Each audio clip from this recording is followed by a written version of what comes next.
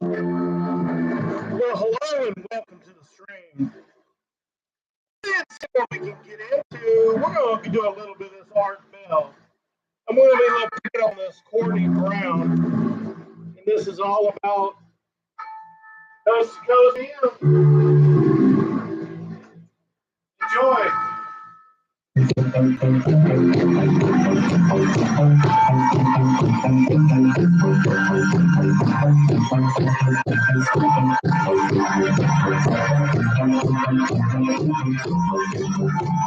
Welcome to Art Bell Somewhere in Time. I'm featuring Coast to Coast AM from July 19th, 1996. From the high desert to the great American Southwest, I bid you all good evening, good morning, and so forth and so on.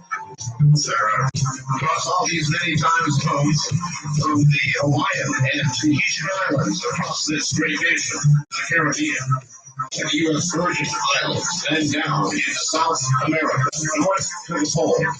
Worldwide on the internet, this is Coast to Coast AM, top of the morning. I'm Marcel, a few announcements, and a real cosmic voyage ahead.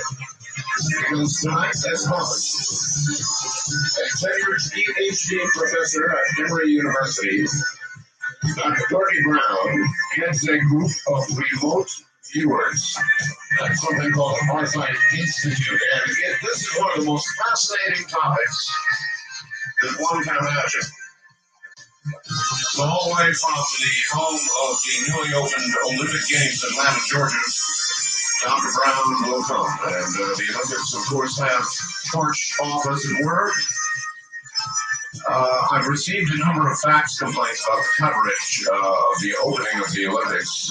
That is to say, network news anchors talking with each other over crowd noise, and I guess it wasn't. It didn't impress a lot of people because I've received a lot of faxes. Also, this one just in Atlanta, Georgia. This is America. Razor wire, bomb-sniffing dogs, stifling heat. Welcome to the new world. I cried when they showed Muhammad Ali, Cassius Clay. God, that was good, wasn't it? It was the right thing to do to let him carry that torch. So anyway, they are officially let the games begin. I guess the Olympics are open. Now, let me make an announcement before we begin. A couple of them. One is I've got a photograph of the double helix crop circle, and it's on the webpage. The June 17th Alton Barnes double helix crop circle. So the one we got the other day, Stonehenge, is up there. And now we've got another one, the incredible, spectacular double helix. See if that's what it reminds you of. It's on my webpage.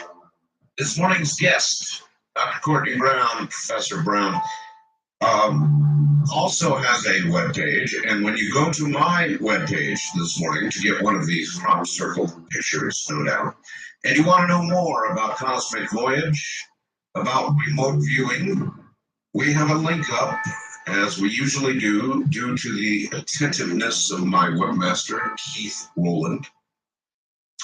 You will see that link, and you can jump over to the Good Doctor's webpage. So if you want to get the new double helix crop circle photograph, they're incredible. Just incredible, or any of the above, go to my webpage, please, www.artbell.com. That's www stands for World Wide Web. .artbell, ARTBELL.com. C-O-M. Name of that tune. Also, for those of you into the chatting thing, my son is now in the Periscope room on AOL, America Online. So if you can get to America Online, simply hit keyword, type in the name Art Bell, away you will be whisked to the land of the grassy knoll, and you'll see my photograph up there. And when you see somebody named Art Bell, it will actually be my son. And then just click on the chat area called the Grassy Knoll. Now there's the name, there's a good name for a chat area, the Grassy Knoll chat area. And you will be whisked in, and you will see my son in there chatting with you. So let's see, I think those are most of the notes. I will tell you more about Dr. Brown in just a moment.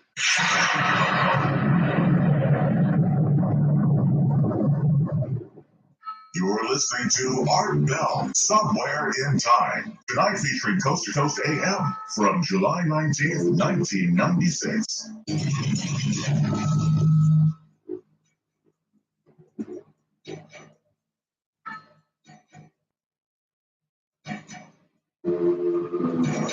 All right, are you strapped in? Are you ready? Courtney Brown, Dr. Brown, Professor Brown, PhD, is an associate professor of political science at Emory University in Atlanta, specializing in nonlinear mathematical modeling of social phenomena, environmental politics, and elections.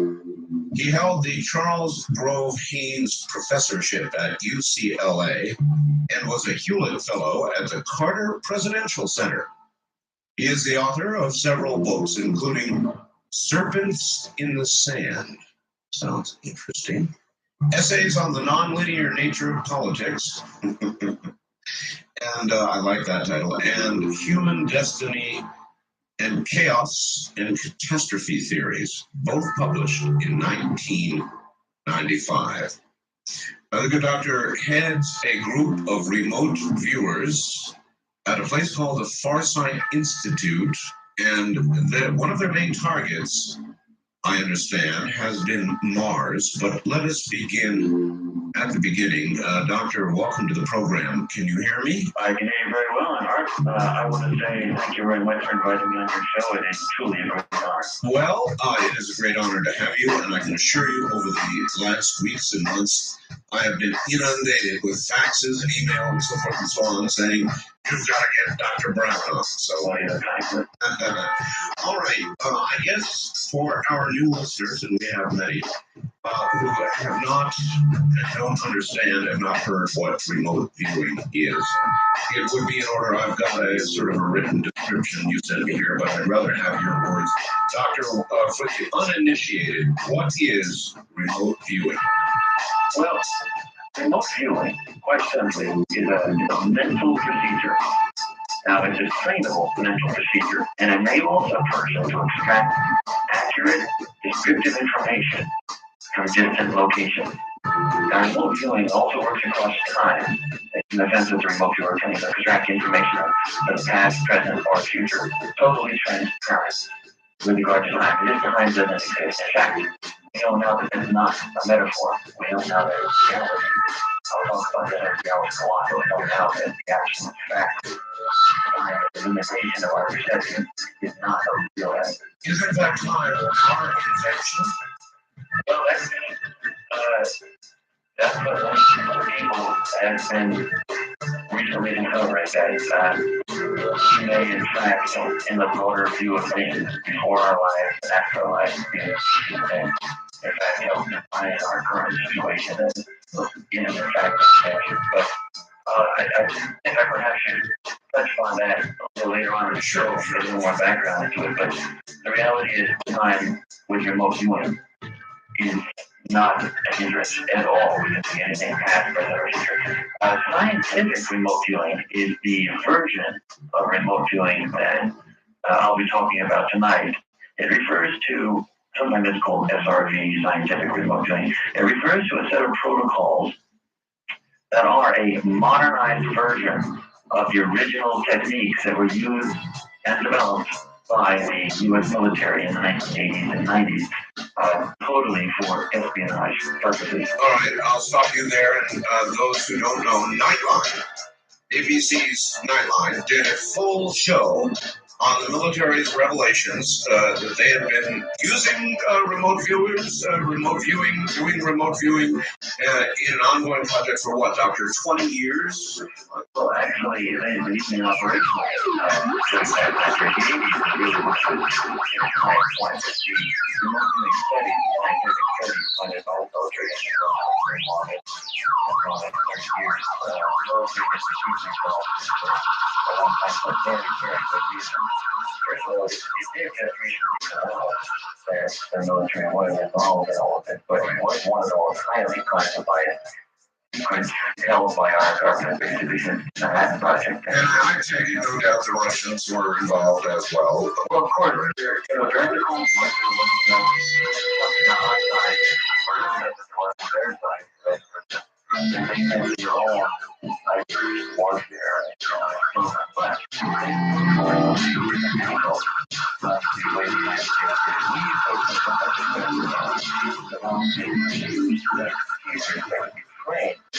So that you would not have to rely on national fighters. And the Soviets went a different route. They developed a set of screening techniques that were used for sorting out the very best national psychics in all of their territories. And they, in fact, did develop a program that was very successful. The U.S. military program had an operational success rate. Diary reported that, in general, 85% of the data had to be correct 85% of the time. That was extremely high. It was nothing remotely similar to anything you get with a 1-900 number. Type of thing. This was a very highly classified project. Let me ask you this. And their success rate? 80%. But that means they got fairly close to the U.S. accuracy rate, but the Soviet Union fell apart. And it should be noted that their technology for doing it, for setting up a team and getting the procedures set in place that organize the highly trained natural psychics to get an 85% accuracy rate, which was no small task. Those procedures were sold behind fingers when the Soviet Union collapsed, and two countries bought them, and one of them is a perceived enemy of the United States that we have fought in the past, and so you guaranteed when you hear about it or not. Iraq? Actually, it's so sensitive. There are a couple of topics that I don't want to mention specifically. And we just found out.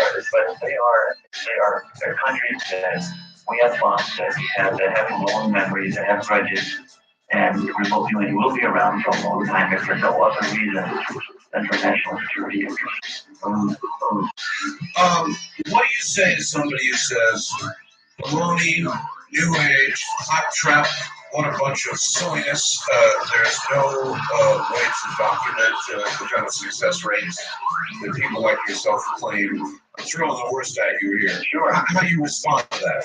Well, that is a very common statement. You must understand that it comes from within a species that is genetically designed to be almost blind to the other side of life. In my book, Cosmic Voyage, quite literally as the subtitle says, it is a scientific discovery of extraterrestrial visible Earth. But you must understand that much of the scientific community is hampered by the very fact that we are genetically set up, so to speak, to be so blind to that other side of life. I call that side of life, rather than call it the spirit side or the soul side. It's much more term. The whole realm of life that we've now discovered on the other side of life provides main purpose and souls that we are in fact part of it. I call it the subspace side of life, and that's the because it describes the whole arena of existence, and we are in fact composite beings of physical, blood, flesh, and bone. All right, Doctor, let me ask you this. With respect to the sign of life, and I agree with you, but what I'm not sure about is whether it's something we once had and have become numb to in And it's always been there. Whether it's something we are now refining, acquiring, using more of our brain, something new or something very old that is just down here. It goes back to the beginning of it. It came at one time in dreams, and everything. You don't have to be powerful, you have to be trained. And going back, it's not the earliest, it was something you can figure. And finally, we're pretty good. We're very excellent at being able to think all the time. Don't say, because you think about it, all the time. Fairly accurate perception. In my book, for example, I proved the chapter on Adam and Eve. And that was very interesting. Target look at the well, yeah, because it's very important. We found out it was a very important thing because it touched. These are all dealing with by they didn't call it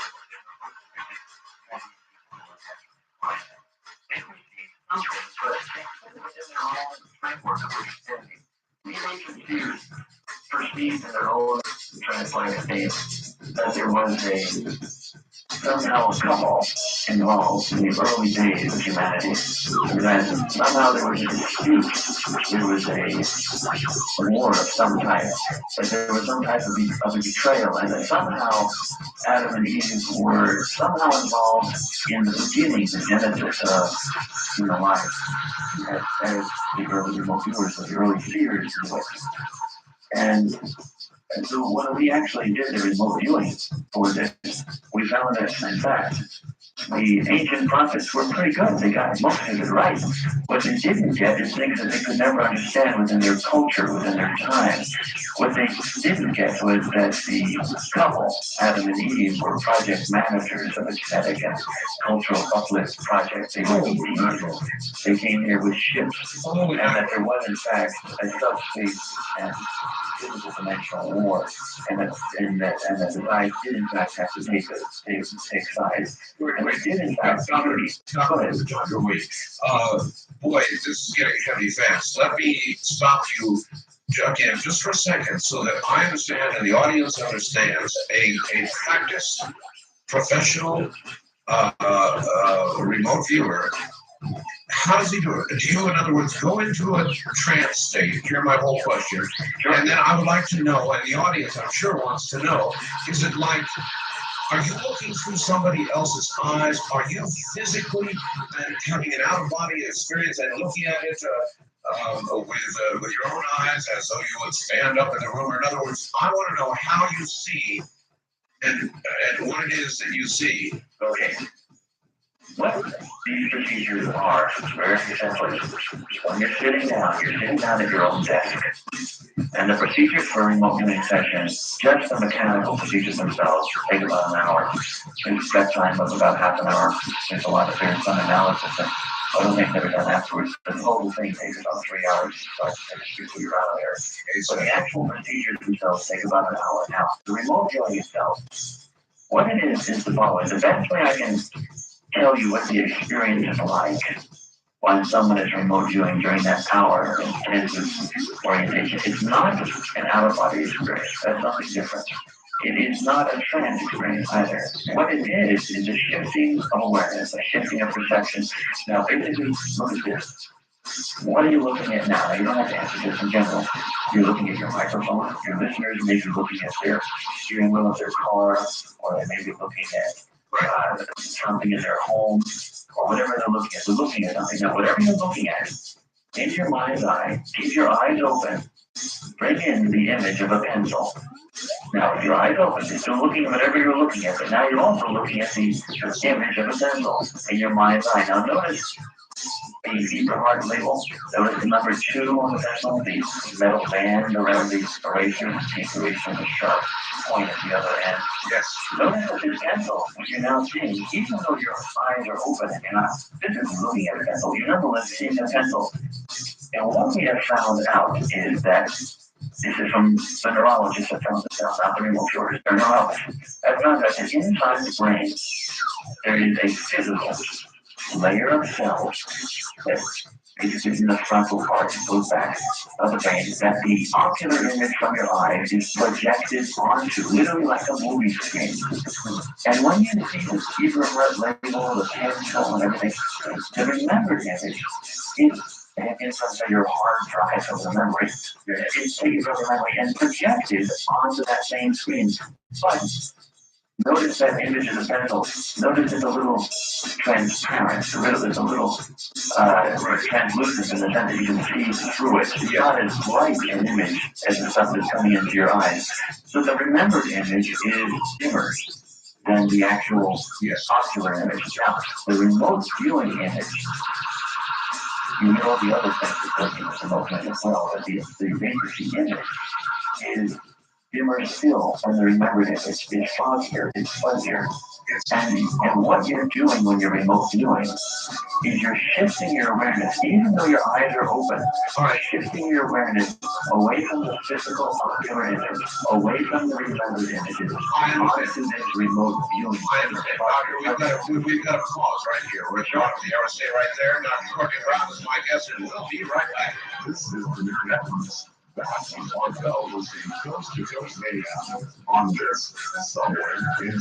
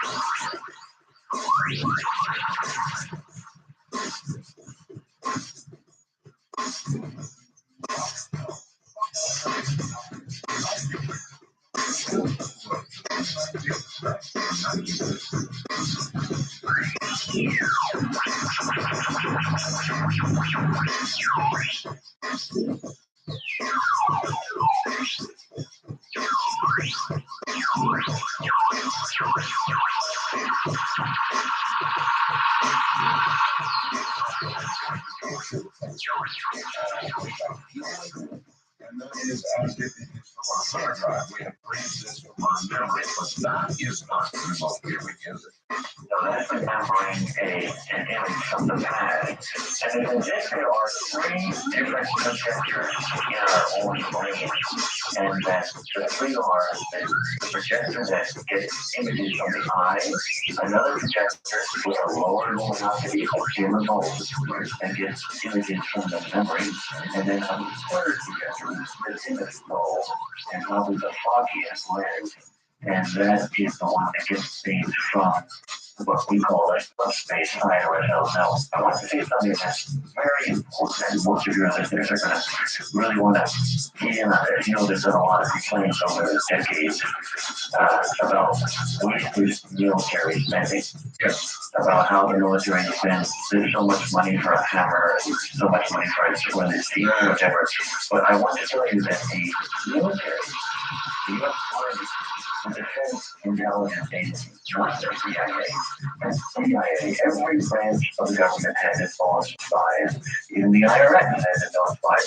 But the Defense Intelligence Agency, the DIA, the Pentagon, invested over a couple decades only $20 million at Stanford Research Institute, now called SRI International. $20 million is pocket change as far as Pentagon is concerned. Sure. And for only $20 million, they developed over a couple decades these protocols of remote viewing. And let me tell you that if you have no other reason for wanting these protocols around than this, listen here. What the scientists did at Stanford Research Institute and SRI International, one of the most prestigious defense scientific think tanks, laboratories on the planet Earth, what they did is give the world absolute positive proof, certifiable positive proof in laboratory conditions of the existence of the human soul. Because you see, remote viewing is not possible in the absence of soul. Because you see, you don't physically go to any of these places, but you can describe these things with extraordinarily accuracy across time, space, anywhere on the planet or beyond. Exact descriptions down to the most incredible details. And what you must understand is that the remote viewing itself, when you're doing that, we call that other side of ourselves, that is, the soul side, the subspace aspect, and that is the component of yourself, the essential you that the way that you use in when you're remote viewing, and it's that component that is projecting onto the physical brain. That fuzzier image that you're using. Gotcha, but I'm still unclear. In other words, suppose I were to say to you, what you're talking about, I firmly believe does exist. I believe you can do it. It can be done. People can be trained to do it. But suppose I were to argue with you and say it does not establish scientifically the existence of the soul. It establishes scientifically the ability of the brain to accomplish things that we have long forgotten. Well, you see, the brain is an electrochemical physical apparatus. Right. Under the normal laws of 3 plus 1 dimensional physics, it is not possible for anything electrochemical physical to do what it does to the electrical unit. There has to be another component, another aspect, completely not yet completely understood by the science of today. And in scientific terms, what you say is there is a hypothesis. An hypothesis is a statement that you want to see if it works out. Yes. And my hypothesis is, if there is a soul that is fundamentally non-physical, but exists as real as the hand, as the foot, as anything else, if there is a soul that is fundamentally non-physical, then it should be able to do things such as building, receive things that the physical body cannot do. And so you give it a test. You develop and use these remote viewing procedures. And in fact, you find out that you have to reject the no hypothesis, which is that there is no soul. And you have to accept the alternative hypothesis that there is, because you in fact are able to do that which the physical body cannot do.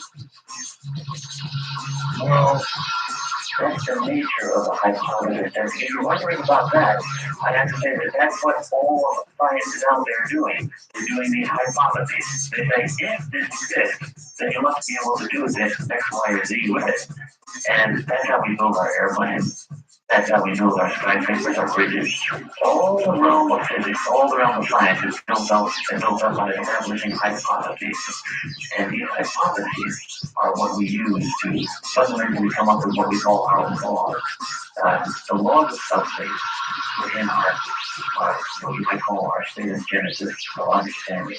We don't understand all of the physics of the soul. We don't understand all of the physics of the subspace side of life, the spiritual side of life. But there is nothing in any spiritual text where God had forbidden us to ever investigate the physics of spirituality or the physics of consciousness. And we're just at that beginning. So part of your question I've answered, Art. The rest of the question is to be answered not by myself, but to be answered by physicists, other scientists, as the decades go on, as we unravel every little small piece of the physics of the soul. But we know at this point, with absolute certifiable factual understanding, that there is more to us than just a physical body, because in fact remote viewing would be impossible without that other aspect of ourselves. Does remote viewing at any point establish truly the immortality of the soul itself? Well, just the fact of being able to remote view does not do that. Right. Having remote viewed, both myself and remote, and having, we've had over 30 students here at the Farsight Institute.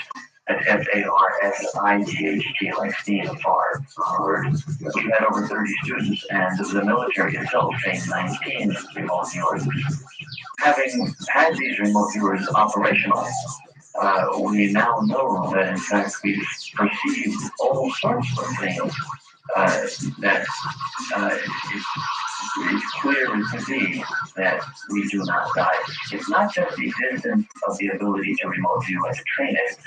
It's the fact that we have once gotten that ability, trained ourselves, used it to perceive before our own birth, after our physical death. We have perceived things that deeply go into the realm of the non-physical. Mind you, that everything that I've talked about with remote viewing was originally developed and in training is always done with verifiable targets, physical targets that you can verify. So when you use the exact same procedures that you get extraordinarily accurate, great accuracy with, on the more difficult target or esoteric target, things dealing with the realm of life after death and so on, we get very, very good, reliable types of information because using those same procedures that are sufficiently accurate to risk men and women's lives on the battlefield for.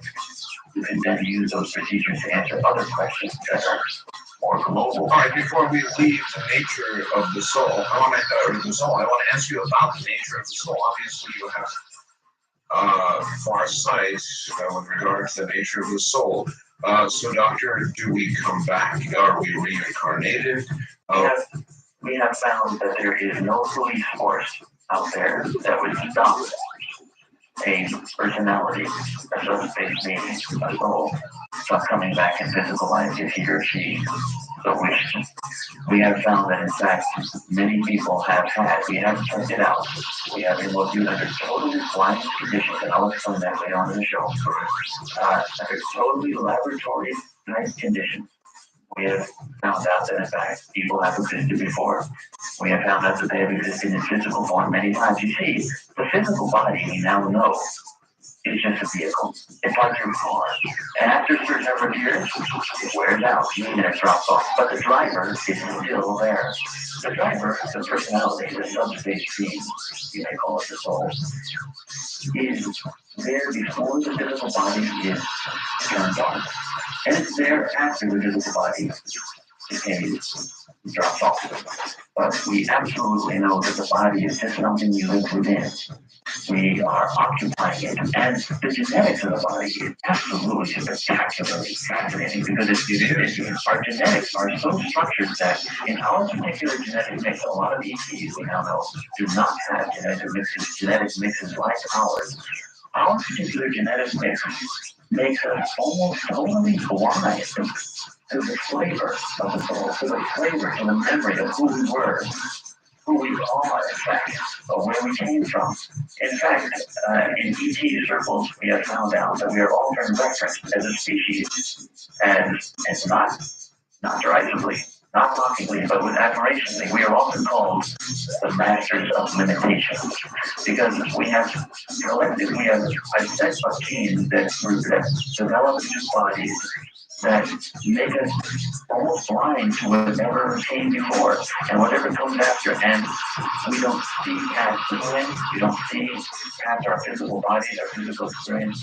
And that's because of the genetic structure we have. Other ETs have different genetic mixes. And in fact, don't have those problems at all. So you may say, well, that's a problem with us. That means In fact, I would say, doesn't it mean we're more or less cosmic dummies? well, you could say that, but you see, before we were physically born, we knew everything, and after we die, we know everything once again. What would be the purpose of wanting to come into these very limited physical bodies?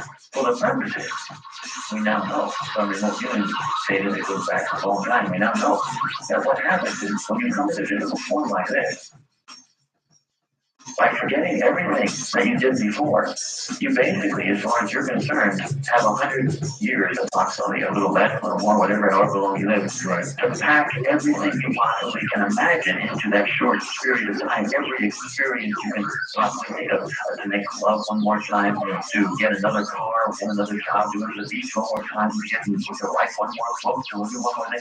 The point is you develop your personality more in one lifetime as a physical human. Because you run the race of time. For those few short years of your life, you do everything. Otherwise, we would be like cosmic welfare recipients sitting around not concerned about packing anything into this life at all. We have found out that in the subspace side of life, if you don't die, there's no real pressure to develop, and development occurs more slowly. This is an acceleration school that we live in. And in fact, I might mention that we have remote views of a few other species. And in fact, when you're remote, you have them in views right now. It's working out there. It's not there anymore than they were when they were on project ET genetic and cultural uplift managers of this project here. But when you're remote viewing, an interesting flavor that is sometimes perceived. Some remote viewers don't perceive that much of a change in Adam and Eve when they were back here on Earth, where they are now. And they have a different genetic mix, much more transparent across the subspace divide.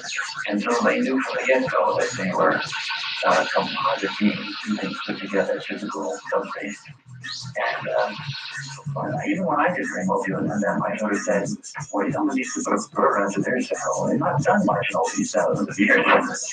So that's what the advantage of being a human is. By cutting yourself off from the past to these short years, you put yourself through the juggernaut of trying to evolve quickly, and when you're done, you know, I will say that we have found out, this was done not only through remote viewing studies, but also at the Monroe Institute in Fayetteville, Virginia, which is an institute developed by Robert Monroe.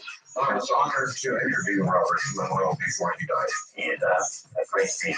And when at the Monroe Institute, they have found out using different technology, but technology that has also been extensively used by the U.S. military, that when people graduate from the human school, from the human experience, when they go on and they finally have had enough, they are extremely well respected out there. Basically, when in one of these situations, you find someone that no longer comes back to the human form, no longer needs the experience, goes on to other bigger, better things. I mean, infinity is a long time to be alive, so they have to keep on doing things. But when other beings interact with someone who's graduated from the human experience, the word has it that they're incredibly impressed. It's like, it's sort of like you bump into them and say, wow, you're a very impressive person. Where'd you come from? And the person would say, well, I'm just so-and-so, but I used to be a human. I don't do that anymore. And the other person would say, you graduated from a human stuff. I mean, you became basically self-realized while you were a human. You became aware of who you were inside the human limited form. And the person would say, yeah, that's what I did. And then the other person would say, well, now wait a minute, this is like amazing, like from the beginning. We have to know everything about how you do this. You were born, all right. And then what happened? It's like a monkey can suddenly talk. Yeah, it's a very impressive thing when someone graduates from the human experience. That's what Bob Monroe and their found out. Fairly rare occurrence. Fairly rare occurrence. It doesn't happen as much as it will happen in the future, because when you are in such a limited physical body that is so cut off from who you were, who you are, It really is tough to fight through it. And a lot of specialized procedures are often used to accelerate that process. Remote viewing is one of them. The Monroe Institute offers a variety of others. And in my book, Cosmic Voyage, I actually also talk about other procedures that are very compatible, mechanical tests, not belief-oriented tests, such as the Infinity program, which are oriented around usually just that concept of self-realization. Understand self-realization is simply one thing, it's a very simple thing. It simply means that a person, while in physical form, became experientially aware of their other side, the soul of the subspace side, as much as they're aware of their hands and their feet. Okay, Doctor, it's like, Aware of the other side. yes, it's like you're talking about a sort of a cosmic speed course. That's what human experience basically is. Yes, indeed. But in terms of rising beyond or even approaching graduation, you're speeding these souls, these people, toward that end. And have you ever been concerned that you are indulging in an unnatural process? No, we're learning. And it's not unnatural at all because we're not doing anything that's unnatural other than learning in the remote viewing sense. You shift the awareness to something that is already there, something that has already been there since the beginning of time. It's just a flavor of information, a sense of data that is coming across that is mostly ignored except in those intuitive moments. For example, if a woman with children, mother will tell you that if something's wrong with her kids, I mean seriously wrong with one of her children, she'll know it in her heart. She'll have no ambiguity, something wrong. Or if something's wrong with a person's spouse, if they're talking about it in her heart, something's going on. And what that is just the straight side of life that's soul of being. That aspect is picking up remote viewing in a sense, and in a very crude way, bludgeoning through all the electrochemical apparatus that's genetically programmed, bludgeoning through that awareness into the physical electrochemical brain so that it comes through finally that something's wrong and we pick it up as an intuition. What remote viewing is, scientific remote viewing, the version of the here at the Hard Science Institute, is a way of writing down those intuitions in a scientifically controlled fashion. Discipline. You get the accuracy of Discipline.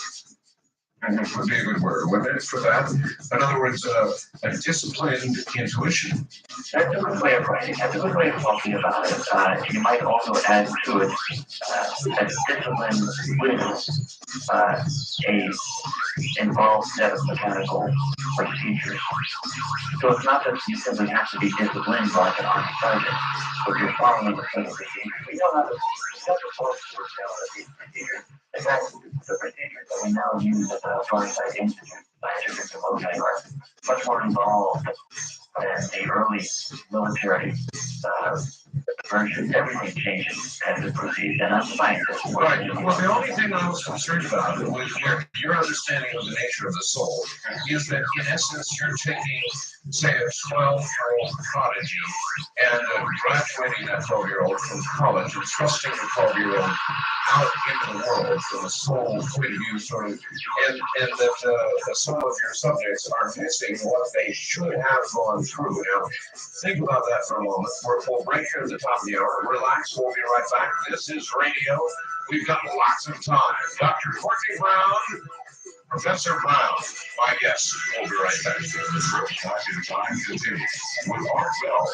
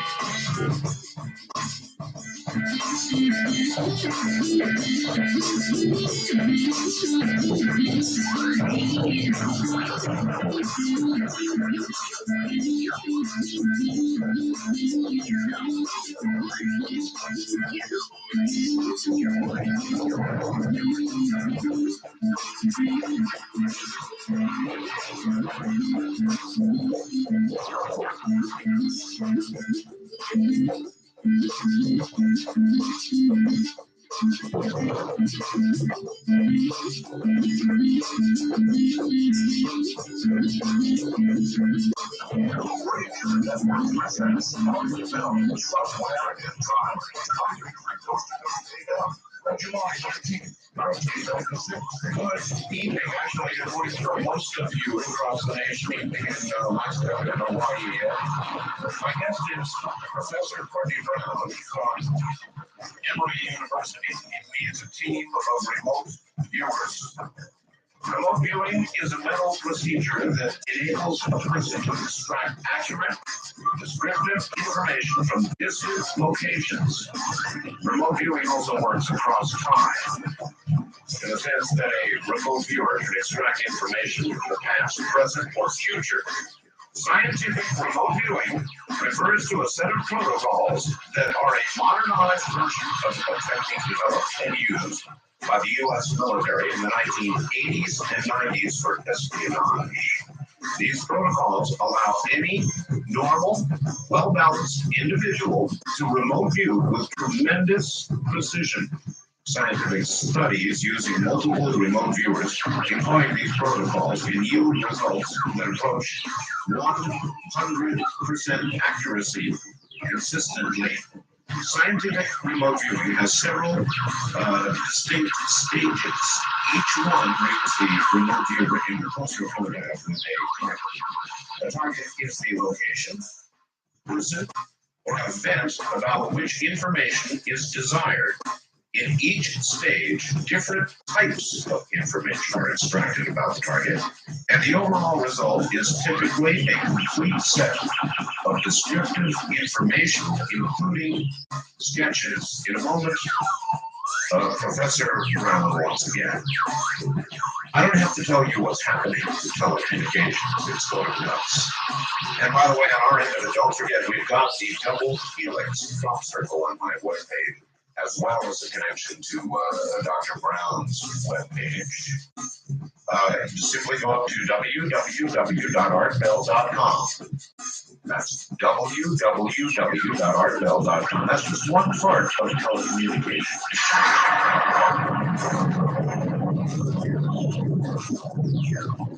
You're listening to Art Bell, Somewhere in Time. Tonight featuring Coast to Coast AM from July 19th, 1996.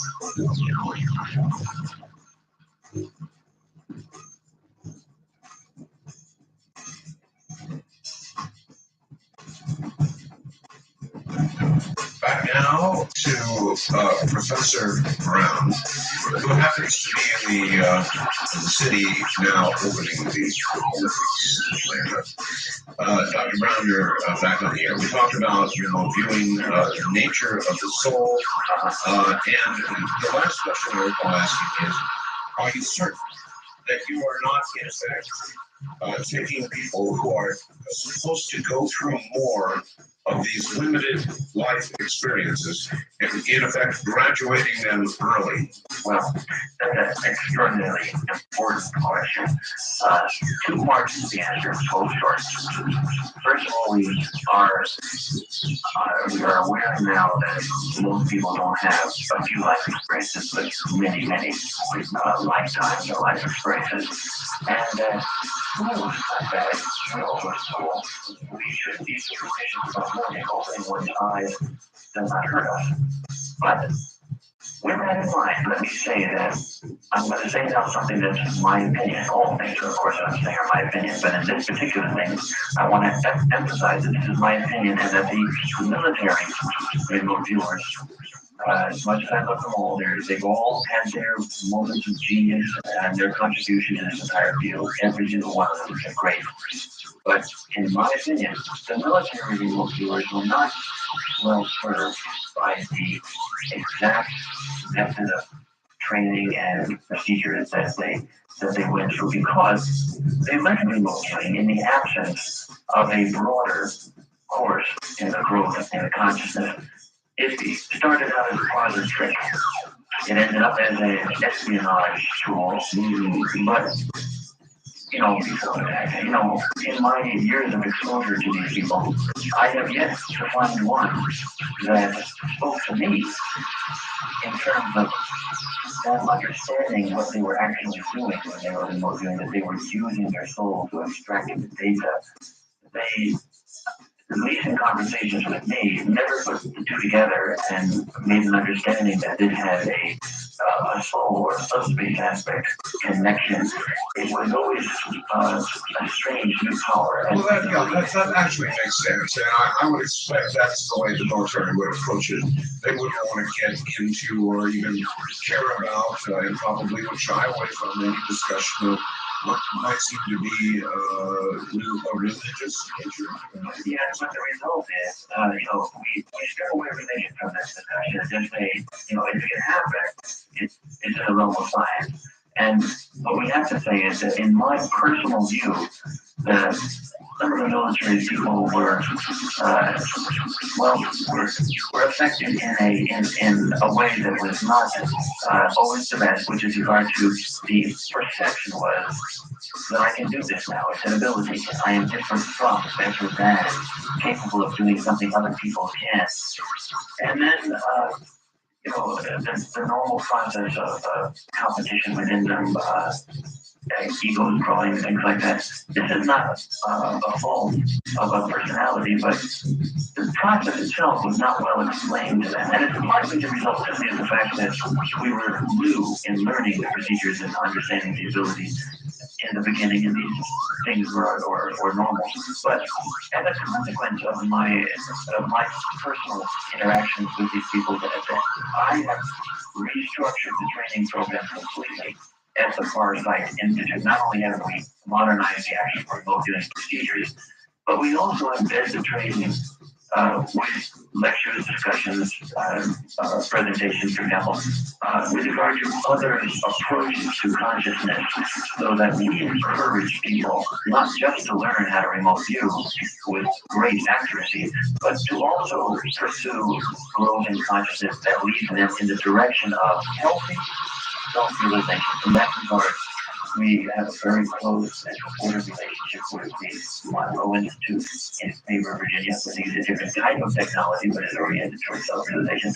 And we also support the use of DM, Transcendental Meditation, and the TMC program, the advanced version of that, which is a mechanical approach. We found it very compatible with scientific remote viewing. In fact, If I may, let me stop you for a second. Before we get away from the military aspect, right. I know that you don't want to discuss other people, and I don't think we need to, but I did interview Major Ed Jenkins, who is a college military program, and is now out as part of a company called SciTech. And what he said to me was very interesting. He said, when we were doing the military remote viewing, we were concentrating on very specific espionage-related military targets. It was very, very disciplined. But a funny thing happened along the way. We began to see some other things. For example, he said, we saw, looking into the future, we saw babies die. Now, we didn't pay attention to it. It was seen, it was noted, and it was dismissed because it was not of interest to the military. And then he expanded on that after he left the military, and he has since gone back and done more work in that area. But would you expect that would be true, that a lot of the military people saw things that they simply dismissed, they simply erased as part of the discipline to get to the target they were after? Yes. Well, actually, the story that you just said is very interesting, and is literally every single one of the military remote viewers had their special mark in history with regard to this whole thing. And the story that you just said is very interesting because that is exactly what occurred. Many things were happening in the sessions when they were doing it. Things were being observed that they didn't know how to spot and have place. For example, they would, be trying to locate terrorists. Yes. Or they would be going after the location of Muammar Gaddafi. Or they would be trying to do some type of operational thing with regard to Desert Storm. And in the process of doing all of this stuff, some of the remote viewers, many the remote viewers, most perhaps. And although I do not have, I myself was not in the unit, I was not in the military, I didn't have personal contact with every one of them, but perhaps all of the remote viewers did notice things sort of over their subspace shoulder, over the remote viewing shoulder, light beams, other things happening, things that were happening on the subspace side of life, and in fact, they were not capable of dealing with that information, so they dismissed it. The military didn't want to view that. They didn't want it. They didn't know how to deal with it. It didn't fit into the normal paradigm. The remote viewing itself didn't fit into the normal assessment paradigm. And certainly, the stuff that they were getting didn't fit into the normal assessment paradigm. And one of the things that has happened with scientific remote viewing is that we have changed, at the Forest Science Institute, we have changed some of the procedures. So most of the language, making it more easy to teach, make it simpler.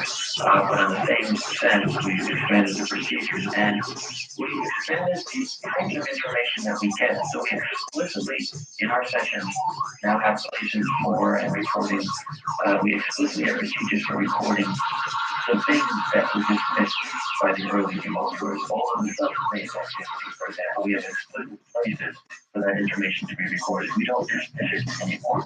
I might say, just as a vignette on that interesting topic that you raised, is that there was I don't really want to talk about personalities, but there's one personality I will mention.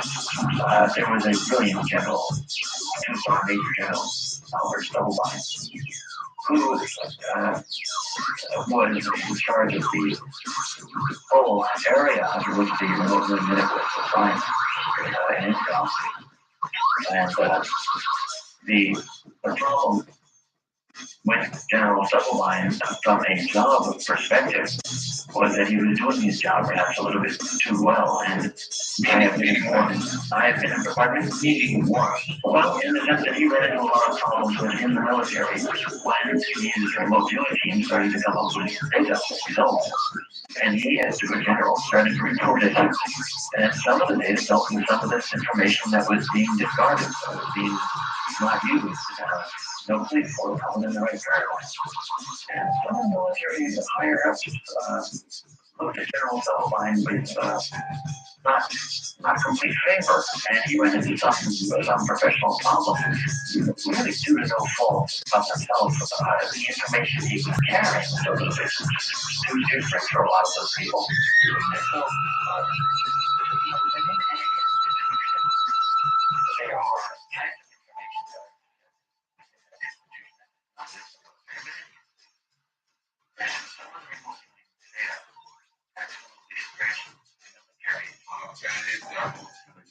I mean, if you were trying to figure out where Saddam Hussein was and you have a team concentrating on that, and somebody came and talked to you about Adam and Eve. Yeah, or while you were remote viewing Saddam Hussein, you told him over your shoulder. That's right.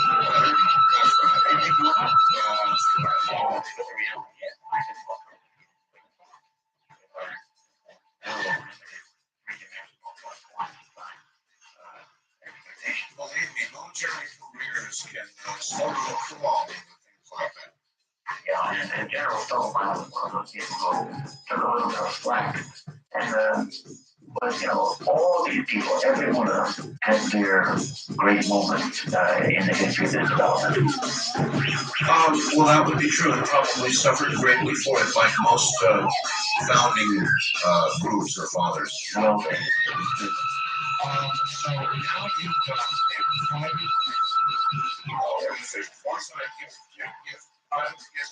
private.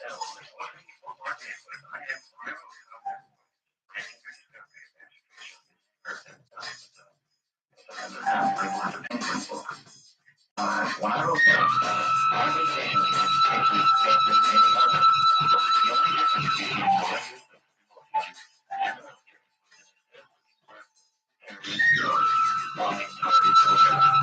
I use those same secrets that came from towards the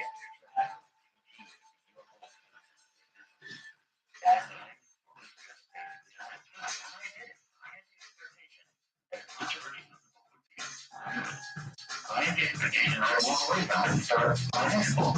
Right after that, just like all academics do. Write one book, we finish, we go on to our next project. But at the very last stages of right before the book went into production, and gone through all of the editorial stuff and gone through everything, I had a conference call with my editors and the lawyers, the best legal minds available in New York. I was there right now. And here are the lawyers. And what? Hired gun. Sure. And there was a conference call. And they said, Dr. Brown, we have one last thing.